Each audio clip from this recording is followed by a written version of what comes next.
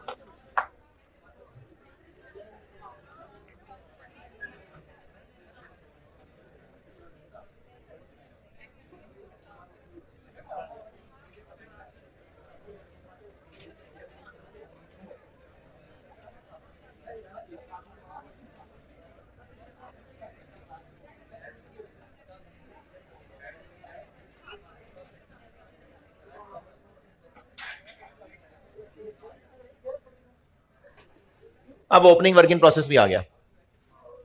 Opening work in process भी आ गया। अब इसकी मिसाल यह है कि अप्रैल के महीने में जो क्लोजिंग वर्क इन प्रोसेस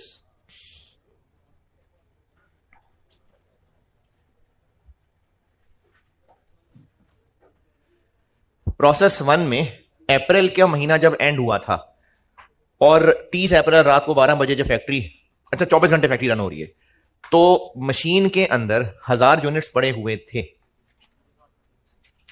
ये 1000 यूनिट्स अप्रैल के शुरू में आए थे और पूरा महीना पड़े रहे। फिर महीने के एंड पे मशीन का ढक्कन खोला तो फिर पड़े हुए थे। ये वर्क इन प्रोसेस क्यों है? क्योंकि अभी कुछ देर पहले ही ये मशीन में डले थे और उनका वो जो प्रोसेस ड्यूरेशन था वो पूरा नहीं हुआ। मई के महीने के लिए ये पहले से पड़े हुए मशीन में, तो मई के महीने के लिए ये कहलाएंगे ओपनिंग वर्क इन प्रोसेस।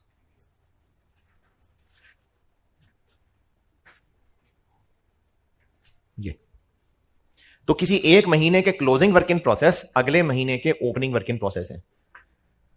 फिर इसके अलावा मई के महीने में मजीद इनपुट हुआ 20,000 यूनिट। मई के एंड पे क्लोजिंग वर्क इन प्रोसेस हैं 1600 यूनिट्स, 70% कंप्लीट। तो मई का आउटपुट क्या है? 19,400। ये मतलब है इसका कि फॉर एनी गिवन मंथ उस प्रोसेस के शुरू में भी कुछ थे, नए आए और एंड पे भी कुछ बचे रह गए हैं, बाकी आउट हैं। This plus this minus this. तो ये सिचुएशन है कि जिसमें ओपनिंग वर्क इन प्रोसेस भी है और क्लोजिंग वर्क इन प्रोसेस भी है।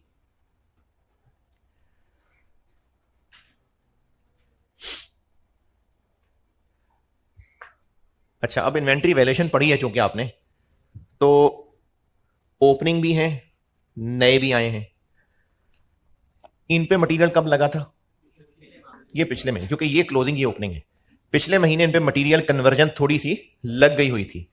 इस महीने इन पे दोबारा मटेरियल लगा नहीं, तो इस महीने मटेरियल इन पे लगा है।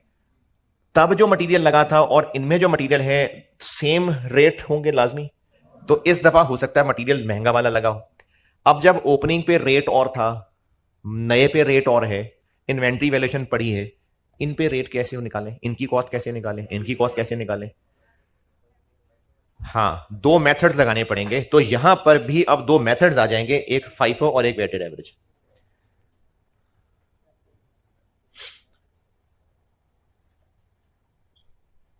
तो यहां पर भी मेथड्स यूज होंगे, फाइफो और एफको।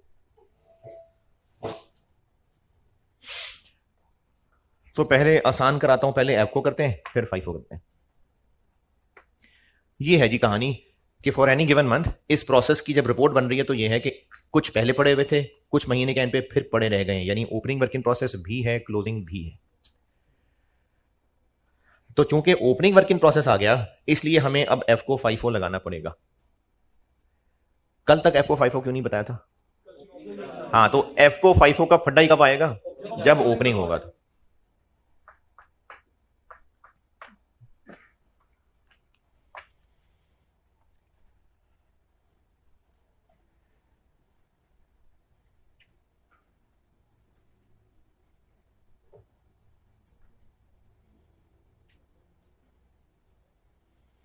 ये तब हो रहे हैं जब ओपनिंग है। ओपनिंग है तो फिर ये FIFO FCO का मसला है। ये तब यूज होंगे क्वेश्चन में जब ओपनिंग वर्क इन प्रोसेस है। अगर ओपनिंग वर्क इन प्रोसेस नहीं है तो फिर FIFO FCO का कोई चक्कर नहीं है।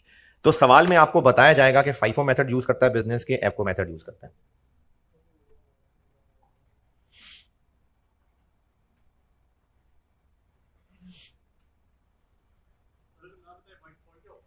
इंशाल्लाह बताएगा, इंशाल्लाह बताएगा।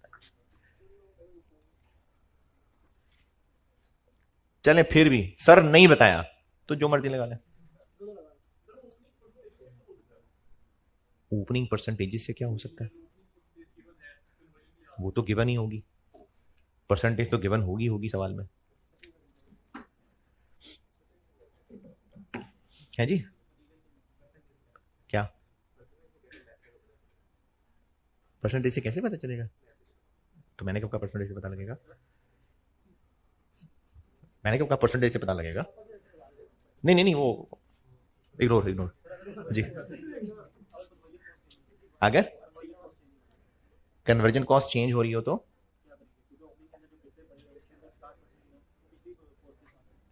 हाँ हाँ, तभी आपको FIFO आ रहा है ना। मैंने तो बोलने में सिर्फ मटेरियल बोल दिया था, चलो कन्वर्जन भी कह देता हूं। इन पे जो खर्चा लगा हुआ था मटेरियल कन्वर्जन, वो पुराने महीने के रेट थे, इस महीने नए खर्चे आएंगे तो ही तो जरूरत पड़ रही है FCO FIFO की। तो FCO है या FIFO है, सवाल में बताया होगा, इंशाल्लाह जरूर बताया होगा। फिर भी अगर ना बताया हो, वैसे तो बताया होगा, लेकिन अगर नहीं बताया, ऐसा हो नहीं सकता कि ना बताया हो, बताया होगा। लेकिन अगर नहीं बताया, कैसे ही कैसे हो सकता नहीं बताया? अगर नहीं बताया फिर वही बात, क्यों नहीं बताया? लेकिन अगर नहीं बताया तो जो मर्जी लगा ले, वैसे बताया होगा। एफ को कर रहा हूं पहले सॉल्व।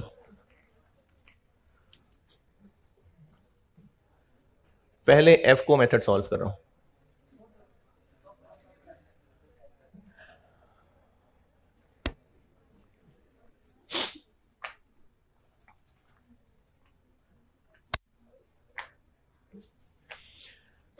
अच्छा, अब कल तक जो सिखा दिया मैं, तो मैं अब वहां से आगे बढ़ा रहा हूं। इक्विवेलेंट प्रोडक्शन कल तक सिखा दी थी, स्टेटमेंट ऑफ इवैल्यूएशन सिखा दी है,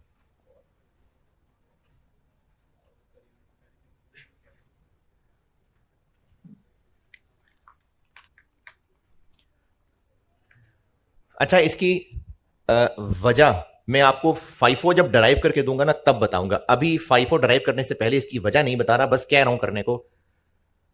same lines, same format as studied कल। ये जो कल पढ़ाया था सेम वही है।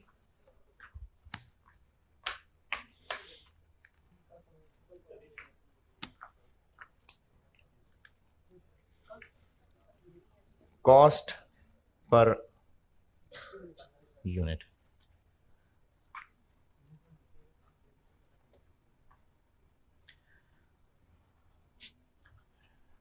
Inventory valuation. इन्वेंट्री वैल्यूएशन वाले चैप्टर में periodic, perpetually periodic average rate कैसे निकालते हैं? जो ओपनिंग पड़ा हुआ था वो प्लस परचेज ना, ये टोटल न्यूमिनेटर बनता है, और जो बच गए होते हैं और जो बन गए होते हैं सब पे वही रेट लगता है। कैसे निकलता है एवरेज? ओपनिंग की अमाउंट प्लस जो नया खर्चा हुआ, सिर्फ परचेजेस नहीं कह रहा क्योंकि मैन्युफैक्चरिंग बिजनेस में तो पढ़ाया था, तो ओपनिंग स्टॉक की अमाउंट प्लस जो मजीद खर्चा हुआ, ये न्यूमिनेटर होता है। तो कॉस्ट पर यूनिट में हम जो न्यूमिनेटर ले रहे थे जब हम कॉस्ट पर यूनिट निकालते हैं तो मैंने कल तो न्यूमरेटर जस्ट बताया हुआ था ना, अब न्यूमरेटर बनाएंगे हम दो चीजों से मिला के, cost of opening work in process सवाल में दिया होगा, और कल तक मैंने ये चीज दी हुई थी सवाल में, करंट पीरियड कॉस्ट। कल जो आपको दो सवाल किए थे कल परसों मिला के, कल तो खैर जबानी बात निकल गई, ये फिगर पहले दी होती थी, ये वो है, plus opening work in process की भी कॉस्ट दी होगी, इन दोनों को मिला के अब ये न्यूमरेटर बनेगा। कॉस्ट पर यूनिट निकालने के लिए कल तक जो किया था बस ये न्यूमरेटर था, न्यूमरेटर। अब इसको साथ मिलाएंगे तो ये न्यूमरेटर है, किससे डिवाइड करेंगे? डिनोमिनेटर से। क्या है डिनोमिनेटर? मैं नहीं बताऊंगा, कल बता दिया ना, इक्विवेलेंट प्रोडक्शन। तो इसको इक्विवेलेंट प्रोडक्शन वाले यूनिट से डिवाइड करेंगे।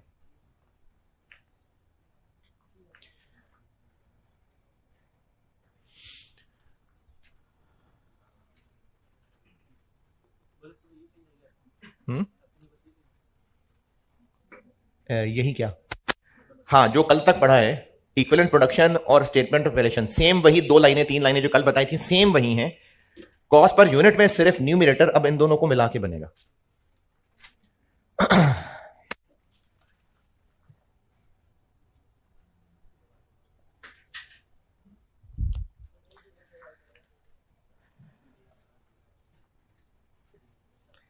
सवाल लिखें।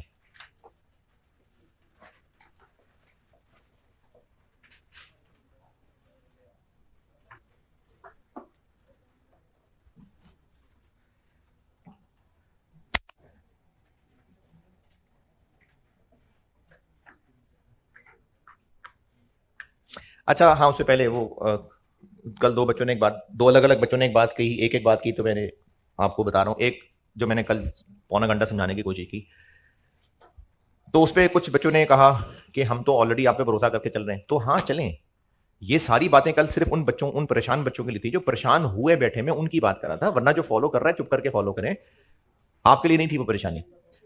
दूसरी बात, ये बाकी लोग भी शायद फील करते हो, देखें एक छोटे बच्चे को जो इंजेक्शन लगना है ना, तो या तो उसको इंजेक्शन से बिल्कुल ना डराएं, बातों में लगा के रखें, जब इंजेक्शन लग जाएगा तो उसको तब रोता रहे, रोना है तो, या फिर उसको इंजेक्शन से बहुत ज्यादा डरा दें, बहुत डराएं हैं, लेकिन पकड़ जगड़ के बिठाया हुआ, उसको जगड़ के बिठाया हुआ, और फिर जब लगेगा हैं तो अब भी उतनी ही दर्द होगी हैं, या कम लगेगी?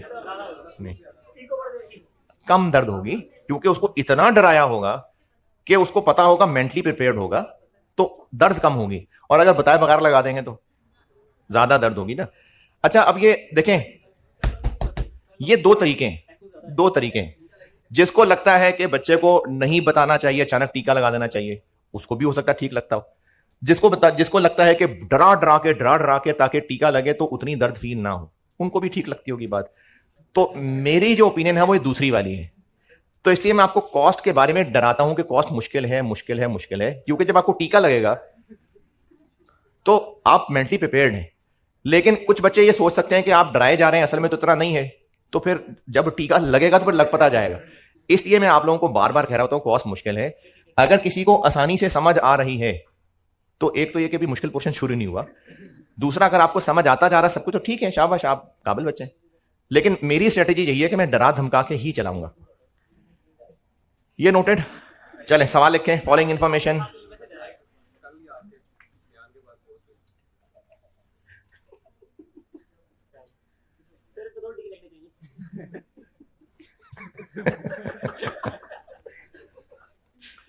या आप ही में से किसी ने किए? अच्छा अच्छा अच्छा अच्छा, है ना, किसी ने पोस्ट की हुई है कि सीएम में के 13-14 लेक्चर ले लिए सर नासिर अब्बास से, समझ सब आता है लेकिन सवाल सॉल्व नहीं हो रहे। Seniors please guide. अच्छा ठीक है, सीनियर्स सवाल लिखे। पहला जुमला तो आप लिख ही लेंगे। Following information relates to process 1 for the month of June. अच्छा, पिछले सेशन में ना मैं मेल लिखवाया करता था, तो वो रिपीटर भी बैठे, तो मैं चाह रहा हूं उनको कुछ नया लगे, तो इसलिए मैं अब मई नहीं जून लिखवाया करूंगा. Following information relates to process 1 for the month of June. Direct material cost, direct material cost नहीं, सॉरी फ्लो में बोल गया. नहीं नहीं नहीं, डायरेक्ट मटेरियल कॉस्ट नहीं है. Opening work in process. पहले बात होने लगी है ओपनिंग वर्क इन प्रोसेस की. ये एक छोटी सी कह लें हेडिंग है. इस ओपनिंग वर्क इन प्रोसेस में बता रहा हूं पहले 3000 यूनिट्स, और ब्रैकेट में लिख रहा हूं मैं 60% कंप्लीट.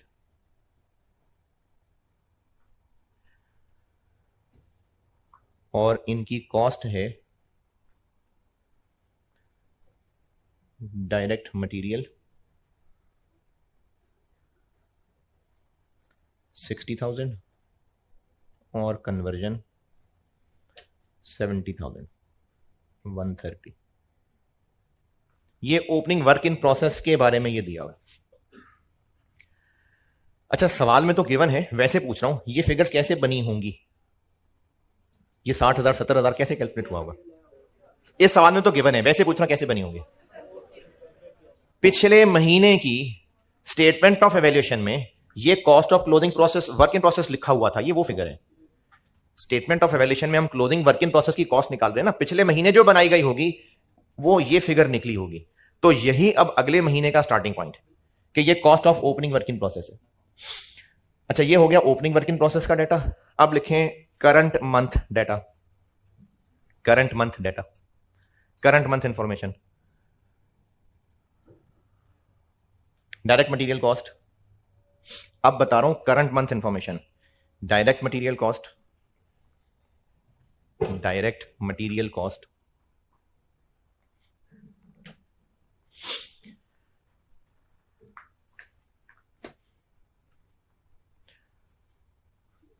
अच्छा, जितने भी होमवर्क किए सबने आज तक, किसी को कुछ समझ नहीं आती सवाल कैसे करने आते?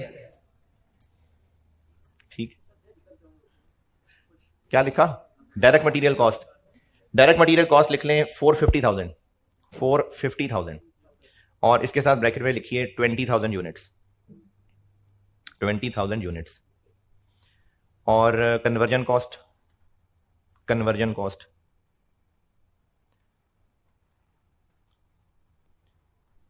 8,800,000.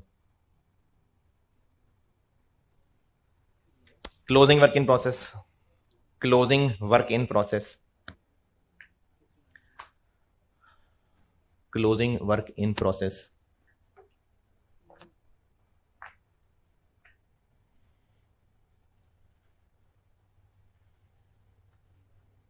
2,000 यूनिट्स, 2,000 यूनिट्स, और इनके साथ ब्रैकेट में लिखिए 75% कंप्लीट, 75% कंप्लीट. और एफको मेथड यूज होता है, वेटेड एवरेज मेथड यूज होता है. बिजनेस एफको मेथड यूज करता है. आपसे रिक्वायर्ड है statement of evaluation, statement of evaluation, यानी इक्विवेलेंट प्रोडक्शन भी बनाएंगे, कॉस्ट पर यूनिट भी निकालेंगे, तो स्टेटमेंट ऑफ इवैल्यूएशन बनेगी. अच्छा, इधर सुने, फिर बता रहा हूं, जो कल पढ़ाया था सेम वही लाइनें हैं. और ऐसा क्यों है, इसकी वजह मैं आपको जब इस सवाल से फाइफो डिराइव करके दूंगा तो बताऊंगा. अभी सिर्फ फर्मा बरदारी, ये सेम कल वाला है. करें सवाल.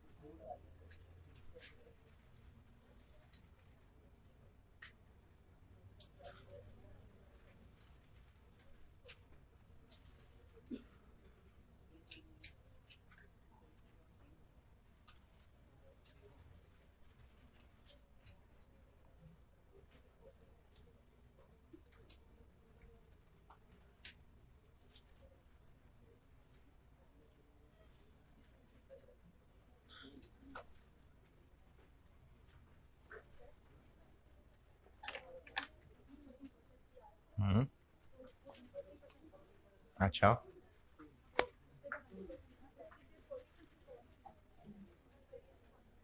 पता नहीं।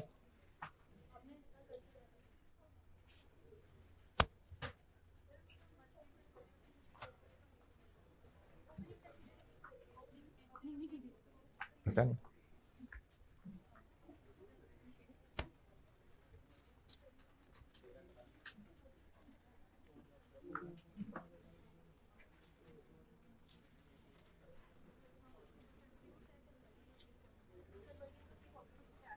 पता नहीं।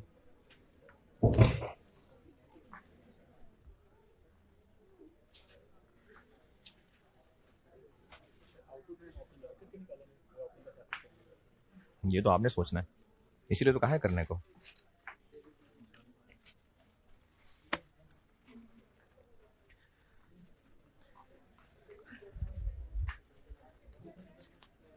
अच्छा, अगर आप इसलिए नहीं लिखते ना कि सर सही वाला कराएंगे, तुम सही वाला लिखेंगे वरना रजिस्टर गंदा हो जाएगा, तो रजिस्टर बचा के कब्र में लेके जाना है। किस लिए रजिस्टर लिए, किस लिए हैं?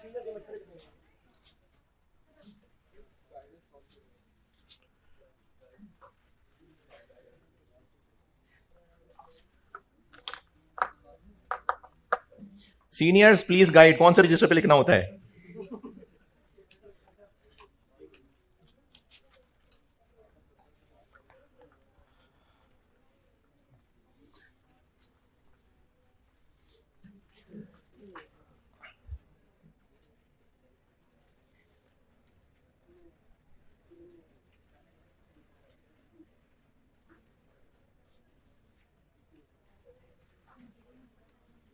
जी, आउटपुट कितनी है?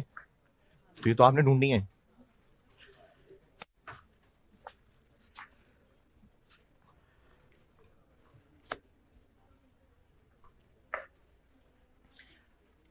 अच्छा, जो लोग सवाल में ढूंढ रहे हैं कि मैंने तो आउटपुट ही नहीं बताई, तो खुद निकालनी है ना। सीनियर्स बताओ आउटपुट कैसे निकालनी है?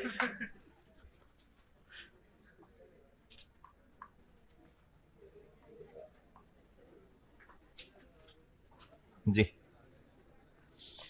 अच्छा, मैं ना आपको लॉसेस मिक्स करूंगा इसमें इसमें ना, यानी चारों टुकड़ों को मिक्स कर दूंगा। फिर मैं आपको एक नई वर्किंग बताऊंगा जिससे ये फिगर्स कैलकुलेट हो जाए करेंगी, यूनिट्स। लॉसेस के बाद बताऊंगा, जरा कंप्लीट पिक्चर कर लूं ना, फिर मैं आपको एक वर्किंग बता दूंगा कि ये आउटपुट निकालने वाली वर्किंग। अभी तो बस आप कॉन्सेप्चुअली जोड़ तोड़ करके निकालें। जी। अच्छा, अच्छा चलें, इक्विवेलेंट प्रोडक्शन मैं बता रहा हूं। मैं तो अभी सिर्फ फर्मा बर्दारी चेक कर रहा था। मैंने तो कहा था इसकी वजह बताऊंगा, अभी ज्यादा दिमाग ना लगाते, लेकिन कुछ चीते चीतियां भी मौजूद हैं क्लास में। तो इधर देखें,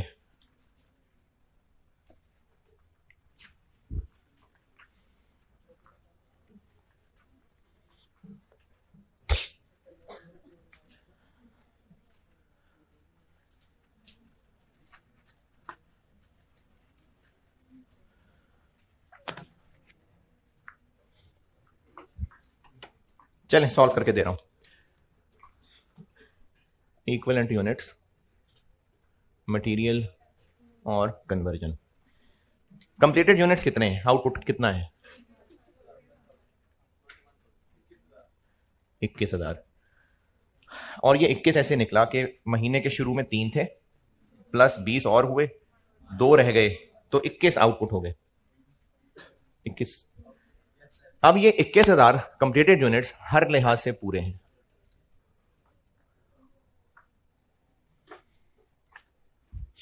और क्लोजिंग वर्क इन प्रोसेस 2000 है, मटेरियल के एतबार से पूरे हैं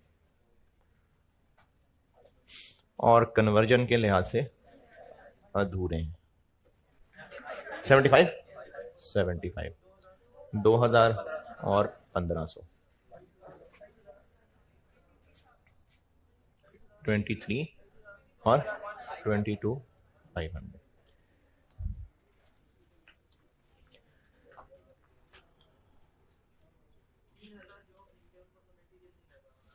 नहीं लगा होगा।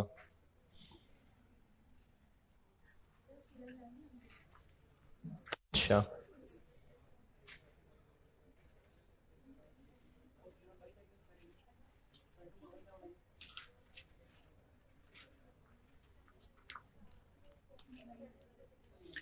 हाँ जी, ओपनिंग वर्क इन प्रोसेस 70,000 और करंट पीरियड 450 और 800,000, 510 870 और ये इक्विवेलेंट यूनिट्स 23 और 22,500। कॉस्ट पर यूनिट बन गई, ओहो हौसला हौसला, कितनी 2.17 38.67। पूरी कॉस्ट में ना जहां भी हम लोग पर यूनिट कॉस्ट निकालते हैं तो 2 डेसिमल तक रखना मुनासिब होता है, 2 डेसिमल प्लेसेस तक चलना चाहिए। जिन्होंने किया था और अगर यहां तक कर लिया था तो सही।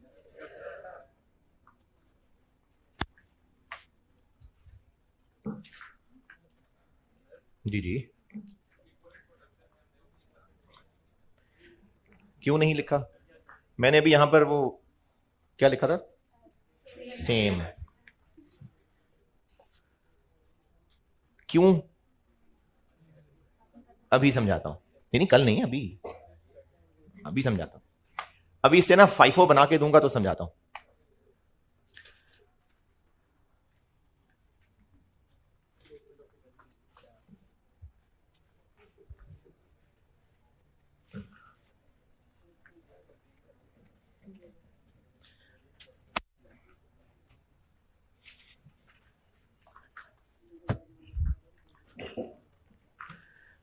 यहां तक क्यों के अलावा और कोई सवाल?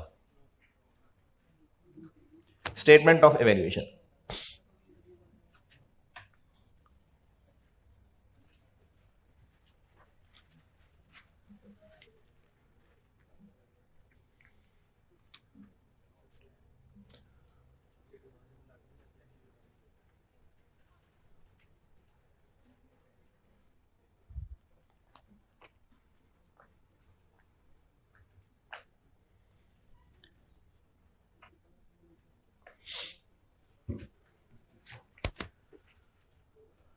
जी, किसको किससे? 21,000 इंटू ये दोनों 22.17 प्लस 38.67 1277640 और cost of closing work in process material और कन्वर्जन। जी 2000 ये इससे और ये इससे 2000 इंटू 22.17 और 1500 इंटू। अच्छा, रीजन दोबारा बता देता हूं, वो करेंगे तो ऐसे ही, लेकिन दोबारा बता देता हूं। ये जो हमने कॉस्ट कैलकुलेट किया ना, हमारी इस कॉस्ट का मतलब ये है कि फॉर द मंथ जो यूनिट मुकम्मल हुआ, क्योंकि मैं ये वाली पर यूनिट कॉस्ट इस पे लगा रहा हूं ना, तो जो यूनिट मुकम्मल हुआ इतने रुपए का मटेरियल इतने रुपए की कन्वर्जन लगी जो मुकम्मल हुआ, इसलिए मैंने ये दोनों यहां इस्तेमाल किए। लेकिन closing work in process, material तो इस पे पूरा 22 रुपए लग गया है, कन्वर्जन 38 लग जाती तो पूरा हो जाता, अभी पूरा नहीं हुआ, मतलब 38 उसमें पूरा नहीं लगा। 38 कितना लगा है, यानी असल में है 2000 इंटू 38 पूरा नहीं, असल में ये है।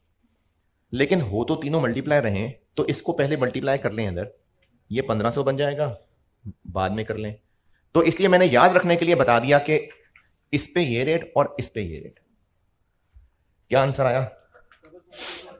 4434051005102345।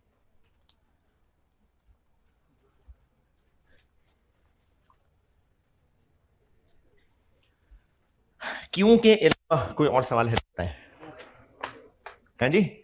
वाई जी, हाँ जी, इसमें क्यों के अलावा कोई और? अच्छा, अब ना मैं आपको इस क्यों की वजह बताता हूं, लेकिन उससे पहले ना एक और सवाल आप जल्दी से सॉल्व कर दें, 10 मिनट से ज्यादा नहीं लगाना, वरना फिर ये समझाने वाला टाइम बीच में कम रह जाएगा। और लिखें सवाल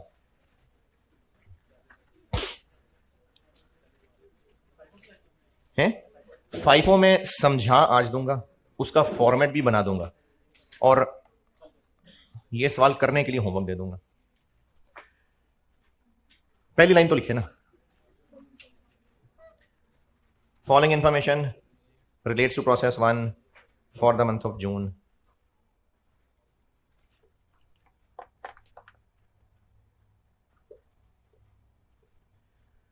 ओपनिंग वर्किंग प्रोसेस लिखें पहले।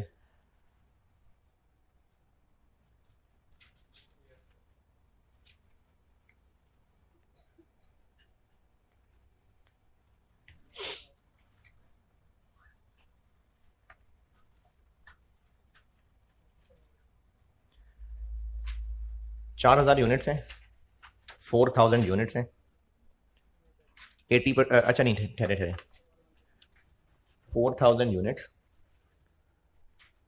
80% with respect to material, 60% with respect to conversion।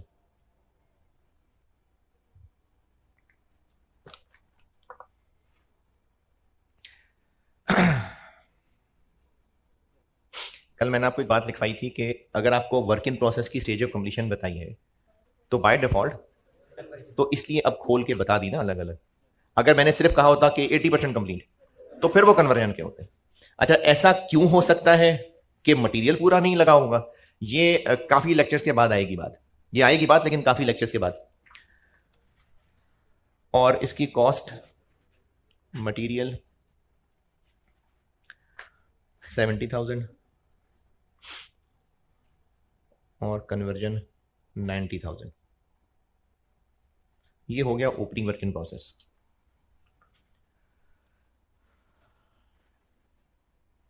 Opening work in process. अब लिखें current month information, current month information.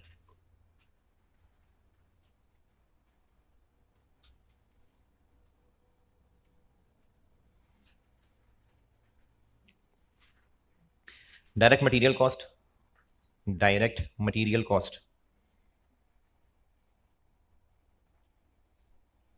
640,000, 6,40,000।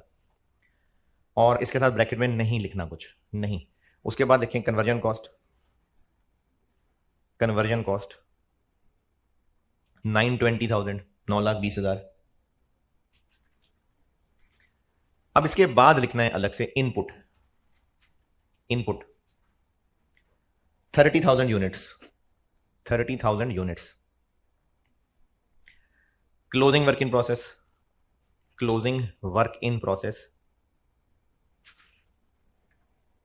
2400 units, 2400 units. और इन 2400 यूनिट्स के साथ ब्रैकेट में लिखिए 70% complete, 70% with respect to material, 70% with respect to material.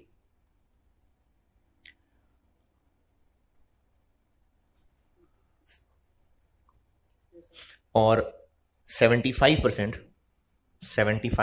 With respect to conversion. 70% material, 75% conversion. Weighted average method है, यानी FO method है।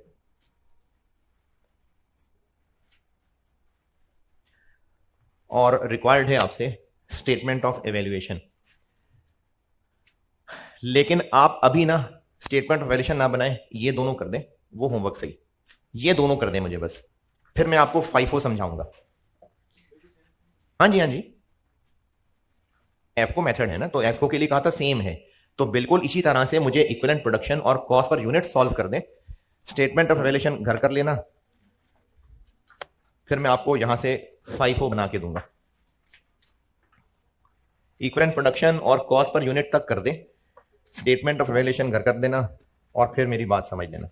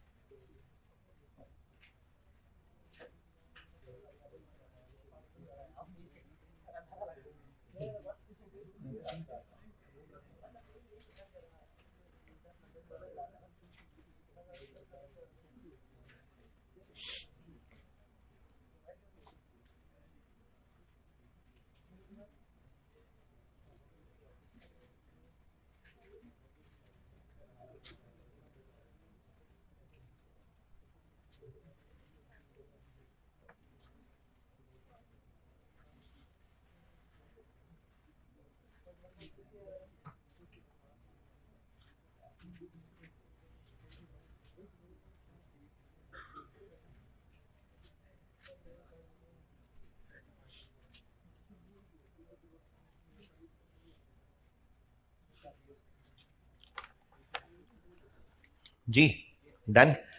अच्छा, ये मैं इधर गंदा मंदा ही कर रहा हूं बस आंसर लिखने के लिए। कंप्लीटेड यूनिट्स कितने हैं? देखें, 4 पहले थे, इन हुए 30, बाकी रह गए 24, तो 31,600। दोनों कॉलम्स में 31,600 पूरा पूरा, और क्लोजिंग है 2400। मटेरियल के एतबार से 70 है, 1680 33280 3 क्यों के अलावा कैलकुलेशन ओके और कॉस्ट पर यूनिट के लिए मटेरियल में 70 कन्वर्जन में 90 और इसके साथ 640 920 और इसको इससे डिवाइड और इसको इससे डिवाइड। ठीक है, चलें अब ना एक बात अच्छी तरह समझ लें। क्यों समझाने लगा हूं, क्यों? पहले आप जो लोग भी इस पे क्यों पूछ रहे हैं या सोच रहे हैं, पहले आप अपने सवाल फेंकें ताकि मैं जो समझाने लगा हूं उस पर उन सबके जवाब दूं। क्या एतराज है इसमें? अच्छा, जो सामने लिखा है ना, मैं इससे समझाने लगा हूं। ठीक है, ये तो गंदा मंदा लिखा है तो मैं इससे समझाने लगा हूं, इसलिए पिछले सवाल में पूछें जो पूछना है। हाँ, तो यहां या यहां, तो यहां क्या करना चाहिए था? ठीक है, यानी उनको सिर्फ 40 लिखना चाहिए था, 60 को दोबारा नहीं लिखना चाहिए था जी। और क्यों जी?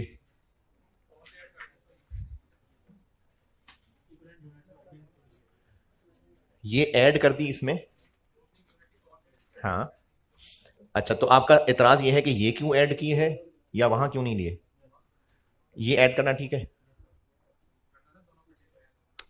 आप ये भी तो कह सकते हैं ना कि यहां कॉस्ट भी ना ऐड करें। हाँ, तो इनमें से क्या कहना चाह रहे हो? अच्छा, ये कॉस्ट ऐड कर दूं, ये ठीक है? वो भी गलत है जी।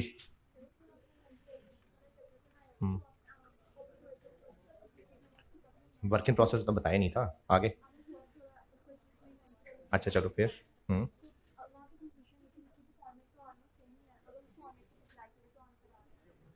है कौन सा फॉर्मेट?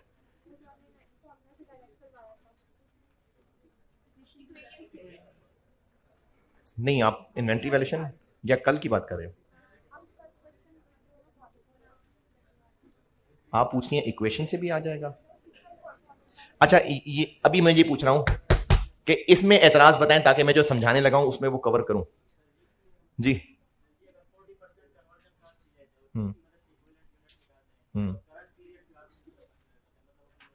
यानी इसको यहां शामिल ना करते ना। तो सवाल ये हुआ कि इसको यहां क्यों ऐड किया? अच्छा, जिसकी जिंदगी पे कोई फर्क नहीं पड़ रहा, मैं मल्टीप्लाई भी कर देता तो वो राजी खुशी होता, वो भी सुन लें कम से कम। इसमें चले मैं खुद सवाल बता देता हूं। एक सवाल ये हो सकता है जो लोग भी सोच रहे हैं जी। बेटे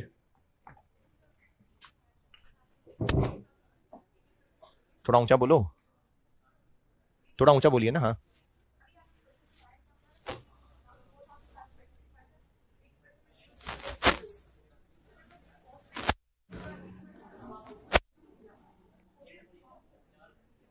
न्यूमरेटर निकालते हुए।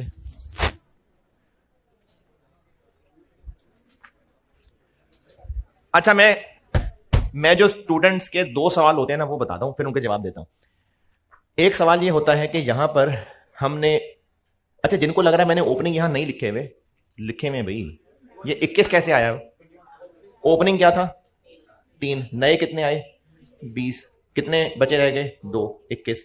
तो हुआ ये है कि ये 3 तो जाहिर है मुकम्मल हुए हैं, अभी तक थोड़ी मशीन में पड़े होंगे, और इनमें से 18 हुए।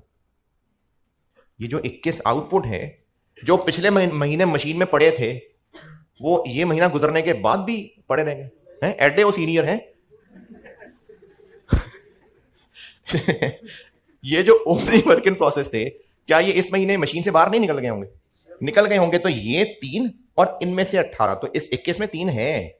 जिनको ये लग रहा है कि मैंने यहां ओपनिंग नहीं लिखे, इसके अंदर हैं 3, इसके अंदर 3 हैं। ठीक है, 3 हैं इसमें। ठीक है, अच्छा 3 इसमें हैं। अब इसमें एक सवाल यह है कि वो जो 3 इसके अंदर हैं, उन पे कुछ काम तो पिछले महीने हो चुका था, इस महीने तो सारा काम दोबारा नहीं हुआ, तो इस महीने मुझे सिर्फ उतना लिखना चाहिए था जितना काम हुआ। एक ये सवाल है। दूसरा एतराज ये है कि ये खर्चा तो पिछले महीने आया था। ये क्या है? ये पिछले महीने आया था, तो उसको इसमें दोबारा ऐड कर दिया तो डबल हो गया। नहीं, ये खर्चा कब आया है? तो इसको हमने इसमें ऐड कर दिया, तो इस महीने के खर्चे में उसको फिर ऐड कर दिया। ये तो पिछले महीने का खर्चा था, तो इस महीने दोबारा ऐड कर दिया? नहीं, ऐड ही किया मैंने। चले मैं आपको ना इनके क्यों के रीजन बताता हूं, और उसी क्यों के रीजन से FIFO ड्राइव करके दूंगा।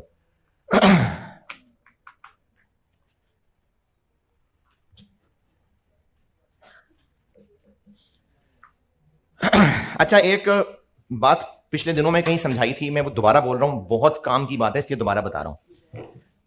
फोटोकॉपी का खर्चा टोटल पर स्टूडेंट निकालना है, तो टोटल खर्चा डिवाइडेड बाय कितने स्टूडेंट्स? कौन से टोटल स्टूडेंट्स? पूरे कॉलेज के, पूरी दुनिया के, जिनको वो कॉपीज बांटी हैं। तो किसी भी खर्चे का पर यूनिट निकालना होता है तो टोटल खर्चे के डिनोमिनेटर में वो यूनिट्स आएंगे जिन पर वो खर्चा हुआ है। ठीक है, किसी भी खर्चे का पर यूनिट निकालना है तो न्यूमरेटर में खर्चा और डिनोमिनेटर में वो यूनिट्स जिन पर वो खर्चा है। ओपनिंग वर्क इन प्रोसेस कितने थे? 3000 थे। उन 3000 यूनिट्स पे, ये मैं जो पहले सवाल सॉल्व किया मैं वो बता रहा हूं, बाद वाला नहीं, पहले वाला। इन 3000 यूनिट्स पे मटेरियल पिछले महीने लग चुका था या इस महीने लगा है? तो ये 60,000 वही वाला मटेरियल है। इन पे मजीद कोई मटेरियल लगा है इस महीने? ये 4,50,000 का खर्चा इन पे है? नहीं है। इस महीने का इनपुट कितना है? 20,000। उस 20,000 को मैं 18 और 2 में तोड़ रहा हूं। कोई एतराज तकलीफ ही थी? ये ओपनिंग है, ये कंप्लीटेड है और ये क्लोजिंग। ये जो 18,000 यूनिट्स इस महीने आए और गए, इस महीने आते ही कंप्लीट हो गए, इन पे लगा हुआ मटेरियल इनमें से कौन सा है? ये 2,000 क्लोजिंग है। इन पे मटेरियल पूरा लग चुका है या और लगना है? पूरा लग चुका है। इनमें से कौन सा है?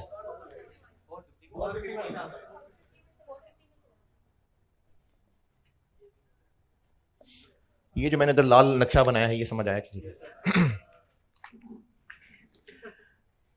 ये जो 3,000 यूनिट्स हैं, इन पे कुछ काम पिछले महीने हो चुका था। कितना? 60%। पिछला सवाल कर रहा हूं, पिछला। इन पे 60% कन्वर्जन का काम पिछले महीने हो चुका था। वो जो इन पे खर्चा लग चुका था वो कौन सा है?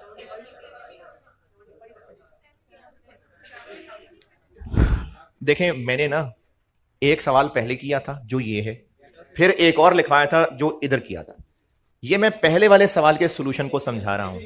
तो opening work in process 60% completed था, उस पे 60% काम हो चुका था। वो कन्वर्जन का खर्चा कहां है? वो ये है। यानी इन पे जो कन्वर्जन का खर्चा हुआ ये है। इस महीने और हुआ? कितना और हुआ? जितना होना था 60% ये हो चुका था, बाकी 40 इस महीने हुआ होगा। वो किधर है? वो इस 8 लाख के अंदर है। और जो इस महीने में आए और बाहर चले गए कंप्लीट होके, इन पे कितनी कन्वर्जन लगी? पूरी। वो किधर है? 8 लाख में। और जो क्लोजिंग है 2,000 यूनिट्स, ये अभी अधूरे हैं। इन पे कन्वर्जन जितनी भी लगी है वो इसके अंदर है, 75%।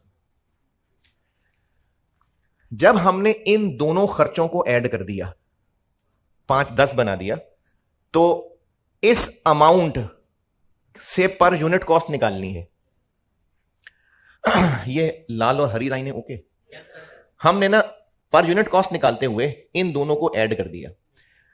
अच्छा हाँ, बीच में पहले ये सवाल का जवाब भी दे दूं कि इसको इसमें ऐड करने का मतलब डबल करना नहीं है। यानी ऐसा नहीं है कि ये पिछले महीने में खर्चा हो गया था, इसमें ऐड कर रहे हैं, फिर से ऐड कर रहे हैं तो डबल हो जाएगा। नहीं, ऐसा नहीं हो रहा। इन्वेंट्री वैल्यूएशन बचपन में पढ़ाया था, ट्रेडिंग बिजनेस। चलो, एवरेज रेट निकालने के लिए हम ओपनिंग की अमाउंट में परचेजेस ऐड करते हैं, फिर जो आंसर आता है इसको यूनिट से डिवाइड करते हैं। ऐसे ही है ना? ये फार्मूला क्यों लगा रहे होते हैं? एक रेट निकालने के लिए, बस ये उसका फार्मूला है। उस रेट का आंसर फिर हम यूज करते हैं। इस फार्मूले के अंदर हमने ओपनिंग की अमाउंट में परचेजेस को किया ऐड। ये जो ओपनिंग स्टॉक है ये इस महीने खरीदा है, ये पिछले महीने खरीदा था। इस फार्मूले के अंदर इसको परचेजेस में ऐड करने का क्या ये मतलब है कि हमने इसको फिर से परचेजेस मान लिया? ये तो जस्ट एक फार्मूला है रेट निकालने के लिए, एवरेज करना था इसलिए इन दोनों को ऐड किया है। इस फार्मूले में इसको परचेजेस के साथ ऐड कर देना, क्या इसको फिर से परचेजेस मान रहे हैं? नहीं है ना ऐसा। तो ये मैं यहां पर ऐड करके इसको डबल खर्चा नहीं बना रहा, मैं सिर्फ एवरेज रेट निकाल रहा हूं। इस 5-10 में ये दोनों चीजें ऐड हो गई हैं। और अभी कहा था कि हमने पर यूनिट करना है तो डिनोमिनेटर में वो यूनिट्स आनी चाहिए जिन पर ये खर्चा है। अब देखिए ये खर्चा जब मैंने दोनों को ऐड कर लिया तो इन 3000 का खर्चा भी इसके अंदर आ गया, 18 का भी खर्चा इसके अंदर आ गया। तो हमें 3 और 18 को अलग अलग लिखने की बजाय अगर 21 लिख दें तो कोई तकलीफ? ये 21 आ गया। इस 2000 पे भी पूरा खर्चा इसके अंदर है तो इसके डिनोमिनेटर में 2 भी पूरा आना चाहिए या अधूरा? पूरा। ये 2 पूरा आ गया। तो 5-10 के डिनोमिनेटर में 23,000 यूनिट्स आ गए। क्यों? क्योंकि 5-10 उन सब पे लगा हुआ पूरा पूरा खर्चा है, तो इसके डिनोमिनेटर में वो सब पूरे पूरे आने चाहिए।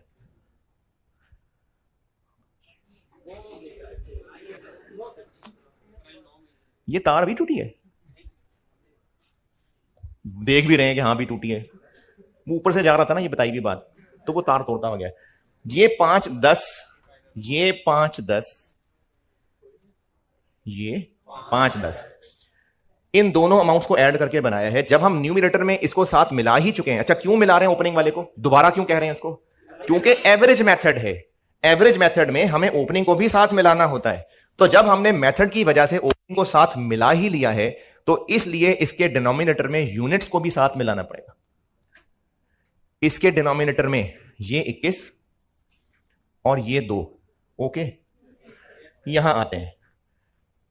ये 3000 यूनिट्स पे कन्वर्जन कुछ ये है, बाकी ये है। जब हमने इन दोनों को ऐड कर लिया तो इस 870 के अंदर इन 3000 पे लगी हुई टोटल कन्वर्जन आ गई। थोड़ी इसमें है थोड़ी इसमें है, लेकिन कर ली ना ऐड। तो अब 870 के अंदर जितना खर्चा शामिल है इस पे लगी हुई पूरी कन्वर्जन भी है, इस पे लगी हुई पूरी कन्वर्जन भी है। तो इसके डिनोमिनेटर में 21 आना चाहिए, ये 21 आ गया।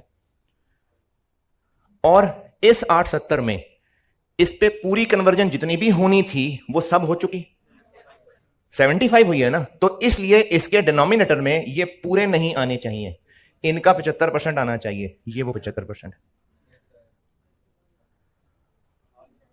तो इसलिए हमने ये इक्विवेलेंट प्रोडक्शन, मैंने आपको क्या कहा, बस जैसे कल बनाई थी वैसे ही, ओपनिंग को अलग करने की जरूरत नहीं है। इस 21-21 के अंदर ओपनिंग शामिल हो गए हैं। क्यों शामिल हो गए हैं? क्योंकि हम न्यूमरेटर में जो दोनों को शामिल कर रहे हैं, तो इसलिए डिनोमिनेटर में यूनिट्स भी 3 इसके अंदर शामिल हैं। ये वेटेड एवरेज मेथड है, ओके। अच्छा अब 5, चूंकि मैं ये मेहनत इतनी सारी कर ली यहां, तो यहां ऐसे ऐसे देखे 5 बनाने लगा, अभी बनाने लगा। अच्छा कल दोबारा बता दूंगा, लेकिन अभी बता रहा हूं। अगर FIFO मेथड हो तो फिर वापस पुराना चैप्टर इन्वेंट्री वैल्यूएशन, जो कॉस्ट ऑफ सेल होती है, कॉस्ट ऑफ सेल, उन सब पे एक ही रेट लगता है। FIFO मेथड नहीं ना, पुराने वालों पे पुराना रेट और जो नए वालों में से बिके हैं उन पे नया रेट, यानी 2 अलग अलग रेट लग के फिर टोटल होकर कॉस्ट ऑफ सेल बनती है। जबकि क्लोजिंग वो तो नए वालों में से ही बचा होगा। इन्वेंट्री वैल्यूएशन क्लोजिंग नए वालों में से बचा होगा। अगर 2 ही हैं, ओपनिंग है और नए हैं, तो क्लोजिंग नए वालों में से बचा होगा, लेकिन जो बन के आउट हो गए वो पुराने भी थे और कुछ नए में से भी थे। तो अब मैं इस सवाल से सिर्फ यह कह रहा हूं कि अगर मैंने स्टेटमेंट ऑफ इवैल्यूएशन के अंदर cost of complete closing work in process निकालना है तो उस पर कौन सा रेट लगेगा? सिर्फ इनका वाला ना। तो अब अगर मैंने पर यूनिट कॉस्ट निकालनी है, अच्छा कोई बच्चों ने तस्वीरें खींचनी हो तो खींच देना, ये खींच ली। अब अगर हमने पर यूनिट कॉस्ट निकालनी है जो मैंने क्लोजिंग वर्क इन प्रोसेस पे लगानी है, तो उसके न्यूमरेटर में क्या होना चाहिए? सिर्फ करंट पीरियड कॉस्ट ना।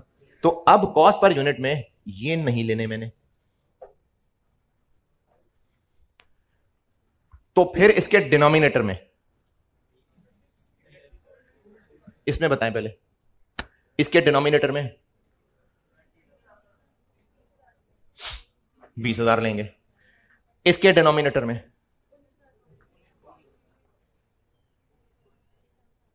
ये लेंगे, यानी इसका 40%, ये पूरा इसका 75%। इसके डिनोमिनेटर में ये 3 चीजें बनेंगी और इसके डिनोमिनेटर में सिर्फ ये बनेगी। ठीक है, चलें कल मैं आपको ना ये चीज फॉर्मेट की शक्ल में बता दूंगा। ये सवाल जो होमवर्क है ये पूरा करके आना। ठीक है, अल्लाह हाफिज।